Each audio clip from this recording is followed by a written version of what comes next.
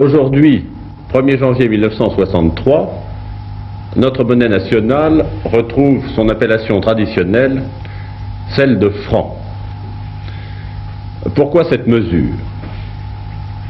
Il y a 4 ans, vous vous en souvenez, parmi les décisions du programme de redressement monétaire figurait la disparition de notre ancien signe monétaire et son remplacement par une unité nouvelle qui valait 100 fois plus et qu'on a baptisé le nouveau franc.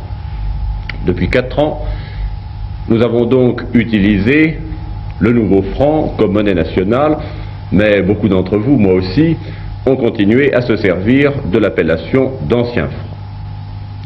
C'était une période de transition et maintenant il faut aboutir au résultat souhaité dès l'origine, c'est-à-dire le retour à l'appellation traditionnelle de franc.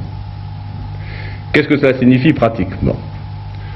Cela veut dire qu'à partir d'aujourd'hui, lorsqu'on ne précisera pas la nature du franc, ce sera notre monnaie nationale, c'est-à-dire en fait celle qui était connue jusqu'ici sous le nom de nouveau franc. Et lorsqu'on voudra parler de l'ancienne monnaie, il faudra le préciser et il faudra indiquer qu'il s'agit d'ancien franc. Cette monnaie nationale, le franc, sera comme autrefois divisé en centimes. Et dès aujourd'hui, à Paris, en province, dans les grandes villes, commencent à être émises ces nouvelles pièces d'1 centime, 5 centimes, 20 centimes et 50 centimes. De même d'ailleurs qu'un billet nouveau de 50 francs, remplaçant l'ancien billet de 5000 anciens francs, commence aujourd'hui sa carrière. Un certain nombre d'observateurs ont estimé que nous avions agi trop tôt et qu'il aurait été préférable d'attendre qu'on ait émis précisément ces centimes et ces nouveaux billets. Nous y avons réfléchi et nous ne le pensons pas.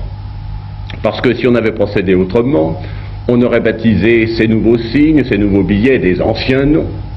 Et pendant très longtemps encore, nous aurions eu les inconvénients de l'existence de ces deux appellations monétaires. Après 4 ans, je crois au contraire qu'on peut y mettre fin. Cette mesure risque d'entraîner pour beaucoup d'entre vous des difficultés d'adaptation. Je le sais bien. C'est pourquoi il faut vous rappeler d'un mot quel est le vrai motif qui est à l'origine de cette mesure. Et pour cela, rappeler brièvement l'histoire du franc. Lorsque le dernier grand accord monétaire a été signé, avant la guerre de 1914, le franc français était à la parité, avait la même valeur que les autres grandes devises internationales, par exemple que le franc suisse, que le franc belge.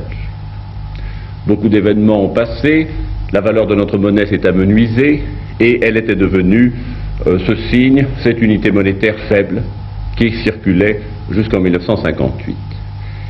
Et il n'est pas bon pour une monnaie de garder la trace apparente, la marque, les cicatrices de ces défaillances du passé.